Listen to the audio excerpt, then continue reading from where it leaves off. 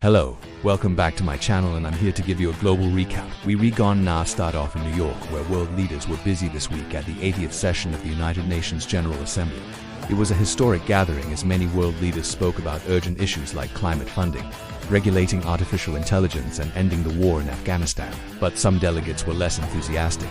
They said that the outcome was nothing but talk and no action. What do you think? Was it a productive week at the UN, or was it just another round of empty promises? Let me know in the comments below. Next, let's talk about Russia and Ukraine. Tensions are still high as we wait to see what happens next. This week, Russian President Vladimir Putin said he wants to keep the Black Sea in calm waters. He also blamed Ukraine for the recent attacks on Russian military vessels. At the same time, a new report says Russia has stepped up its attacks in eastern Ukraine. There have been dozens of combat operations every day, especially in the Donbass region. Now, this report also says that Ukrainian forces are resisting these attacks, but there has been no real progress in the peace talks, and there is no end in sight for this conflict. Now let's turn to Nepal. Thousands of students are protesting against the government. They want the Prime Minister to resign because he dissolved the parliament last month. The opposition says this move was unconstitutional. So now they're calling for new elections in the Himalayan nation.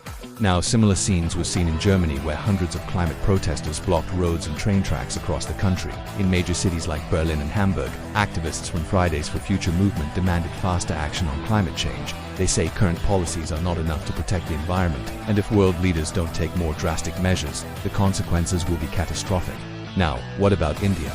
Well, here in India, the government has launched a new program to clean up the Ganges. The goal is to make the river free of plastic by 2024. The program will be carried out in 4 phases, with each lasting 9 months. Now, after the first phase, which will cover 5 towns along the Ganges, the plan is to expand to the entire river basin. Hopefully, this ambitious project will succeed in cleaning the holy river. Now, let's talk about the global economy. This week, markets were once again unstable. On Monday, Asian stocks fell as investors grew worried about rising inflation in China. The country's central bank has tried to calm the markets, but experts say the economic outlook for China remains uncertain. Then on Tuesday, things got a little better. European stocks rose as investors saw the worst of the US Federal Reserve's interest rates. But then on Wednesday, the good news. Markets fell again, this time due to inflation concerns. Now, Brent crude was a bright spot this week. The price of oil rose above $90 per barrel, reaching the highest level in 6 months. Experts say it will go higher, touching $100 per barrel by the end of this year. So that's all for today.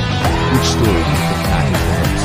UN summit, Russia-Ukraine war, the climate protests, and the shaking economy? Let me know in the comments, and don't forget to subscribe to next week's video. Thank you for watching.